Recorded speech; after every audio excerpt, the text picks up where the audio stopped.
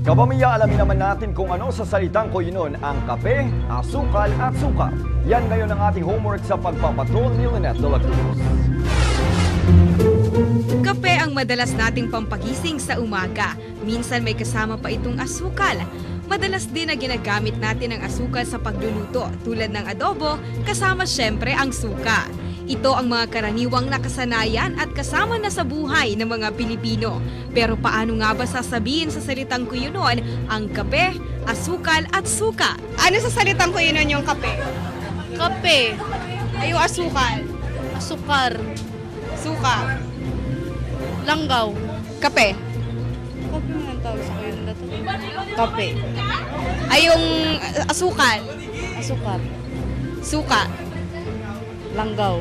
Kape, asukal, asukar, ano? asukar, Yung suka. langgaw. Tama po! Sa salitang kuyunon, ang kape, asukal at suka ay kapi, asukar, iglanggaw.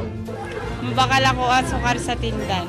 Ang langgaw yung gagamit sa pagluto ay ang sira. Kapamilya, abangan ang iba pang salitang kuyunon na ating pag-aaralan dito lamang sa Lynette de la Cruz, ABS-CBN News, Palawan.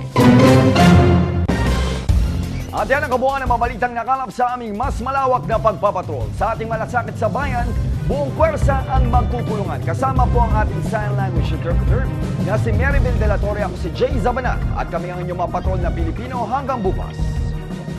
Matamang salamat, igmayad nga po, Palawan.